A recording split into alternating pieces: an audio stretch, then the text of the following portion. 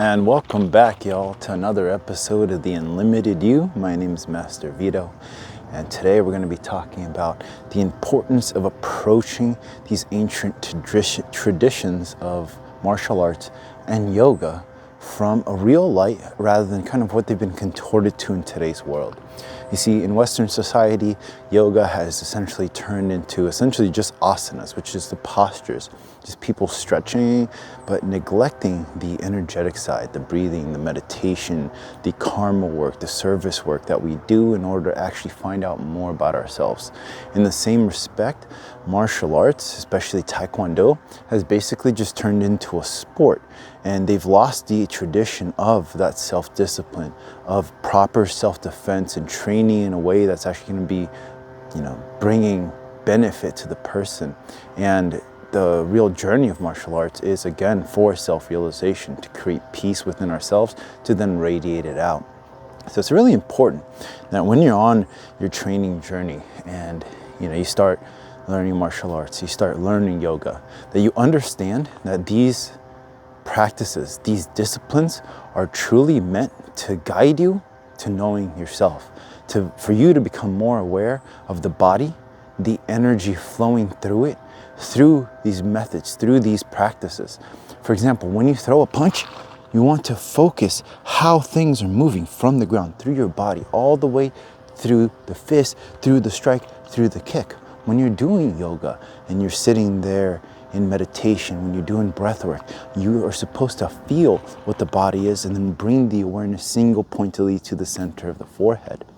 But, in this ego perspective of these arts, in either trying to win competitions, trying to look cool, or be better than the next person, the actual ancient knowledge, the ancient wisdom of it has been tainted down to the, to people getting lost in what the actual meaning of those arts really are. And I look at yoga and martial arts as arts, because once you learn the foundational concept of these disciplines, they become a way for you to express your journey and how you integrate them into your life.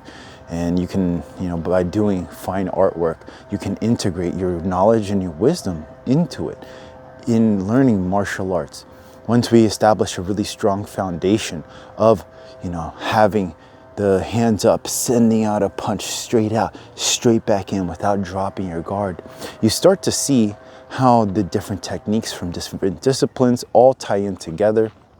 And you'll leave the foundation there, but you'll start exploring and you'll start connecting different parts. And this is why I connect fire arts, glass blowing, martial arts, yoga all together, because in truth, they are all teaching you the same thing. They're teaching you presence. They're teaching you expression through creating a really good, technical discipline that a lot of people will call talent.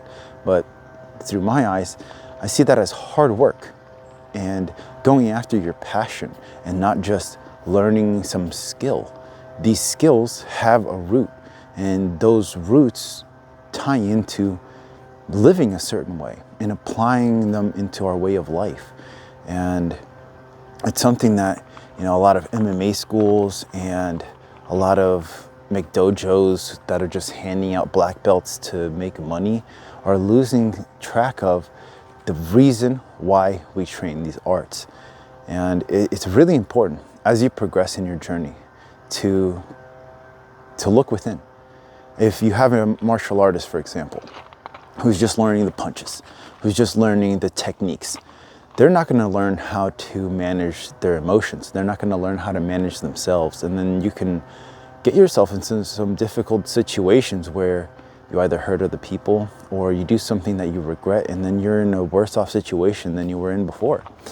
In energy management, say in yoga, if you do things improperly, you're going to develop a spiritual ego where you're not properly learning, but you're disseminating information that is inaccurate and can actually be harmful to yourself and the people you're teaching. And this is why really connecting to the history and where these arts and disciplines came from is exceptionally important as you progress throughout the journey.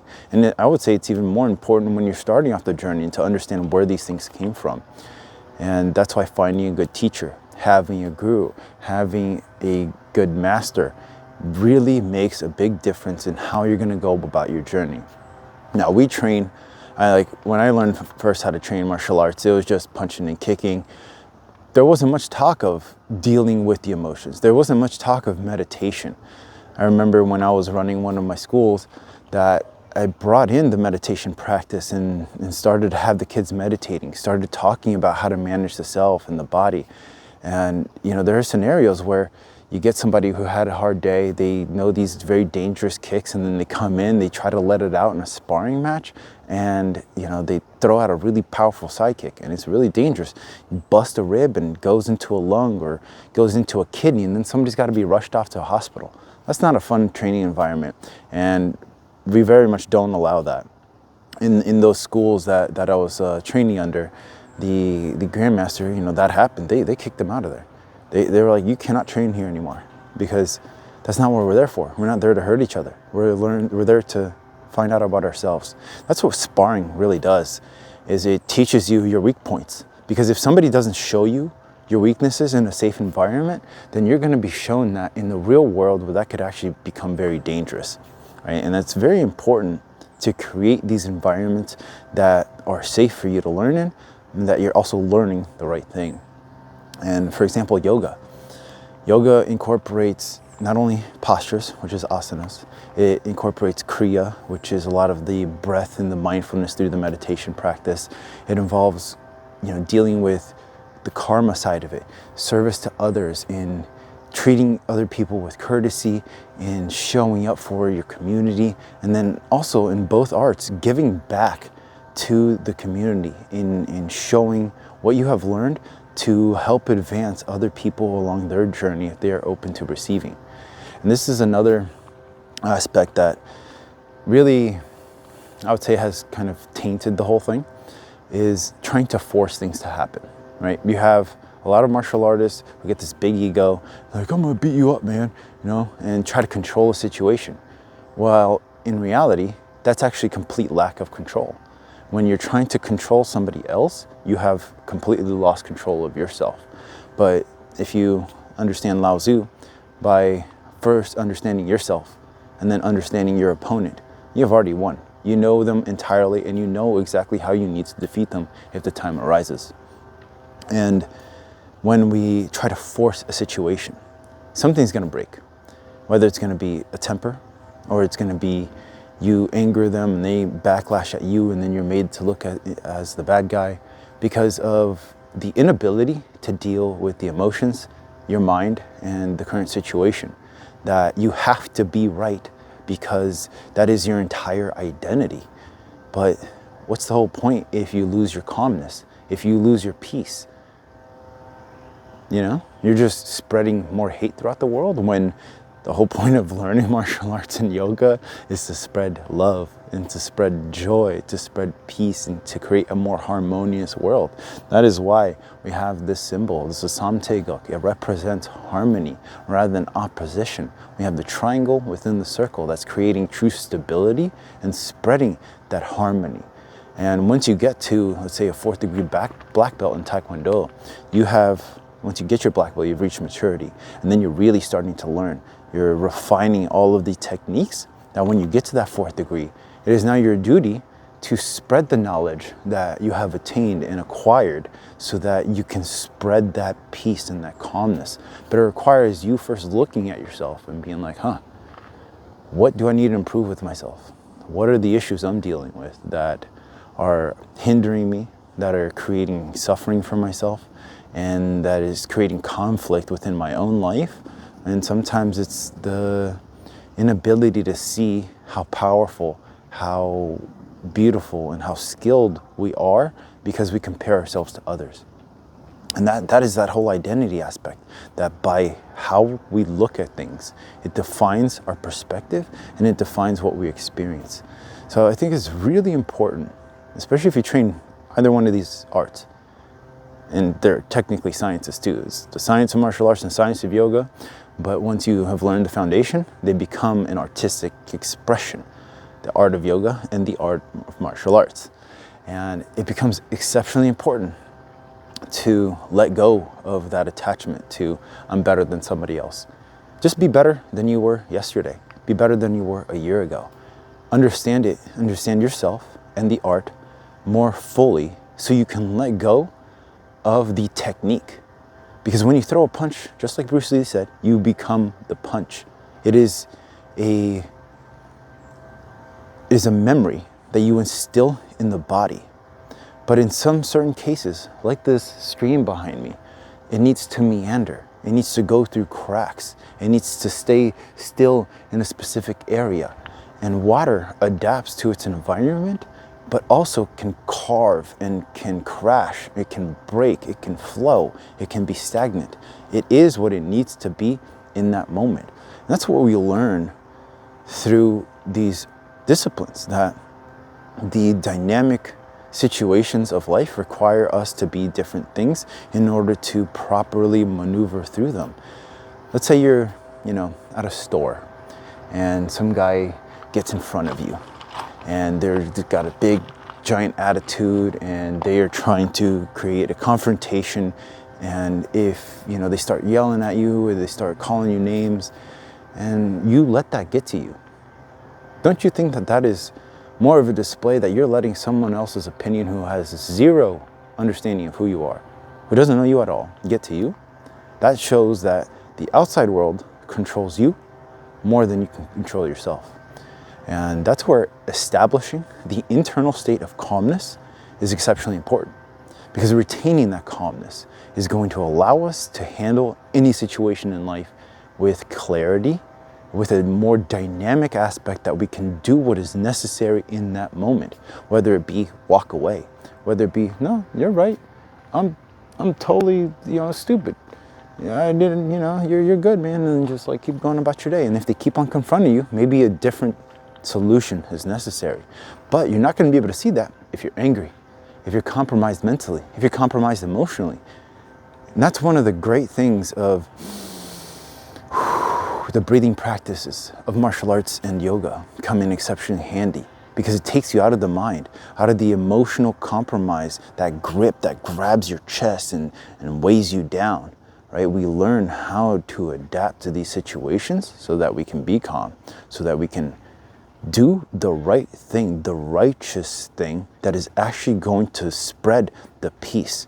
Because I never want to have to throw a punch.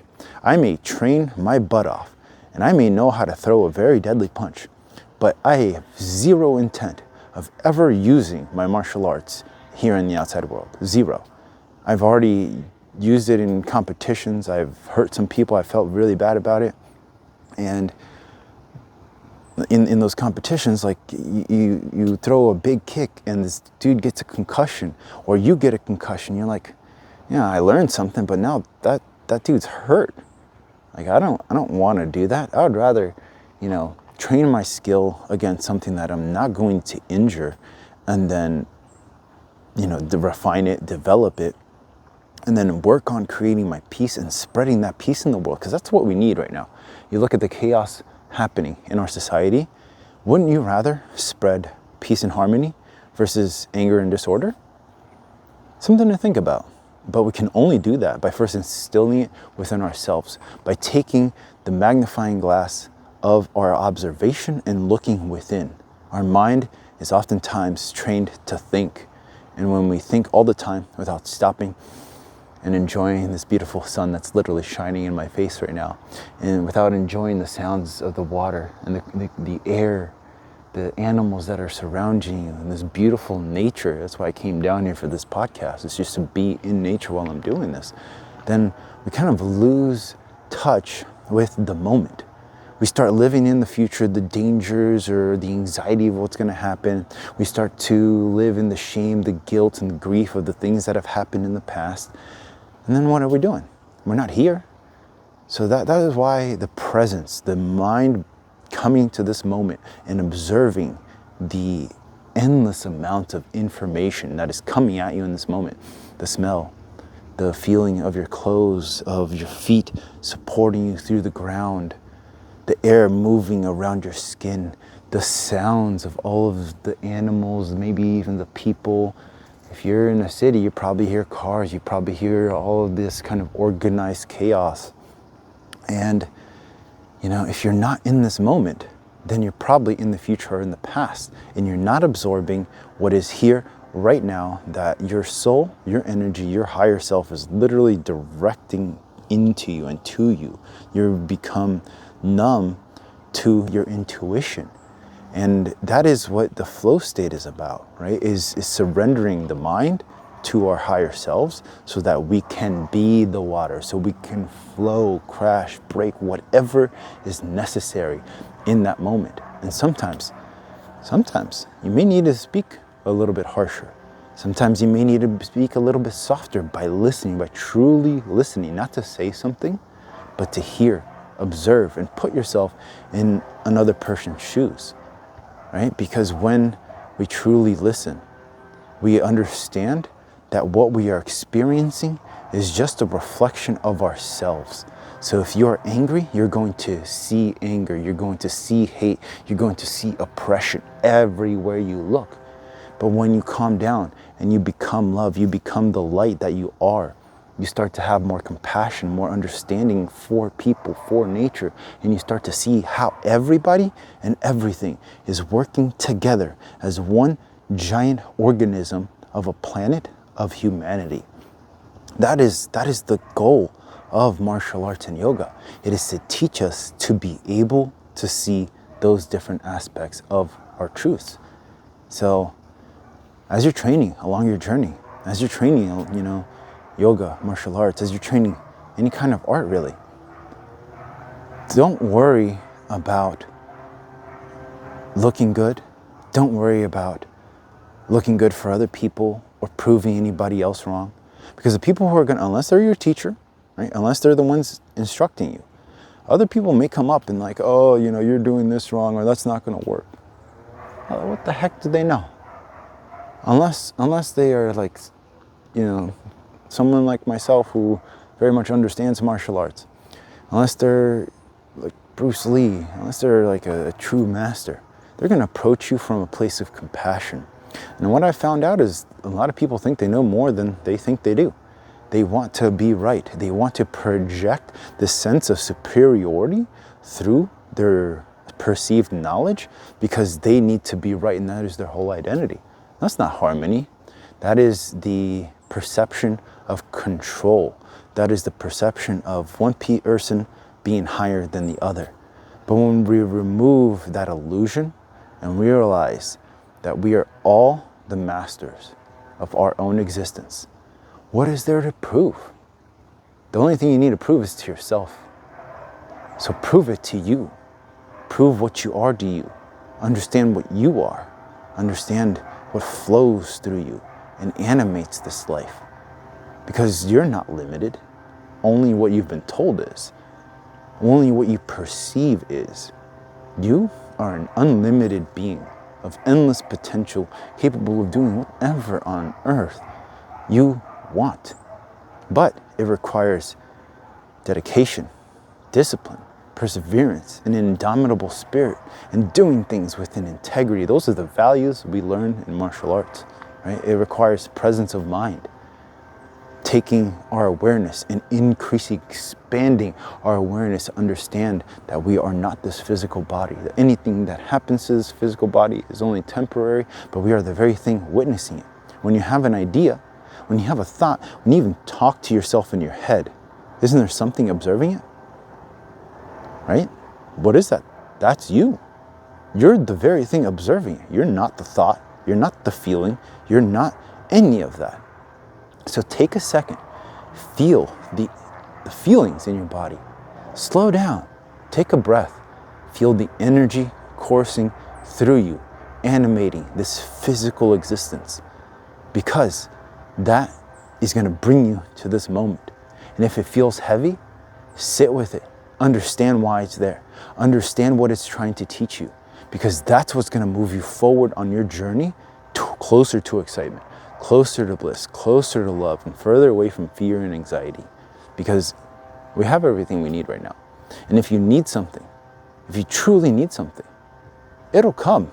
But you have to be open to receiving it, because oftentimes, and this is from my own life experience, we suppress the thing that needs to come in by being afraid, by not being actually open to receiving it, and not being able to go towards the thing we actually truly want with excitement because of the perceived future that is limited in our thinking. But our higher selves, our spirit, our soul, it knows far better than the limited brain we have. So tune the antenna of yourself to your true self, and everything will come from what you need to know, what you need to do, how you need to navigate a certain situation. And if you haven't started your training, I always recommend train martial arts, train yoga. Some people aren't called to train martial arts because they think punching and kicking is all about just, self-defense. It's not. It's about refining the body. It's about creating a healthy vessel that you can then unlock your potentials, like the things that you can do from the way of life of creating awareness on what your body can do is magnificent. You can learn other things. You're more aware of your body and what it can do. Dancing, flow arts, physical arts, they become way more accessible because you then understand how your body works. Yogic arts, you understand how to learn. You understand to control your brain better, so that when you're sitting there having to think and use your creativity, use your intuition, you're able to receive more by not getting in your own way. So if you haven't started your journey, start. And if you're on your journey, don't give up, because that's the only way you're not going to get to your goal, is either if you stop or you give up. But if you keep going, you'll get there. You will get there, because that's what you're passionate about. That's why we came here, is to learn, to find out what doesn't please us, and for us to redirect ourselves through our free will in experiencing this thing we call life. So enjoy it. Enjoy this beautiful place, this beautiful time. Take a big deep breath. Enjoy the sun. Enjoy the water. Enjoy the people around you. Enjoy the animals. And your life will change. Your life will become the beautiful thing you've always wanted it to be. But maybe you've been scared to step into that unknown. But you're just going to find more of you. So don't be scared. And if you want to train with myself, we do training on Twitch and on YouTube live for free, Mondays and Fridays. You can literally just hop on anywhere you are and train with me. I teach martial arts and yoga, both on there. And if you want to get further, send me a DM. We do private lessons as well. If you want to go in person, look around you. Look in your local area. If you need help deciphering which school to go to, because you don't know which one is legit, you don't know which one's going to teach you, send me a message. Be like, hey, I live here. I'm looking at these schools. I'll help you out, because that's what this is all about, right? We got to help each other. The people who are passionate about getting there are going to do it. So if you're passionate, do something about it, because you're waiting for you. So don't let yourself wait. Fill yourself with light and be the love that you are, my friends. We'll catch you on the next episode of The Unlimited You. Follow, subscribe, help support your channel, and be with love. Thank you all.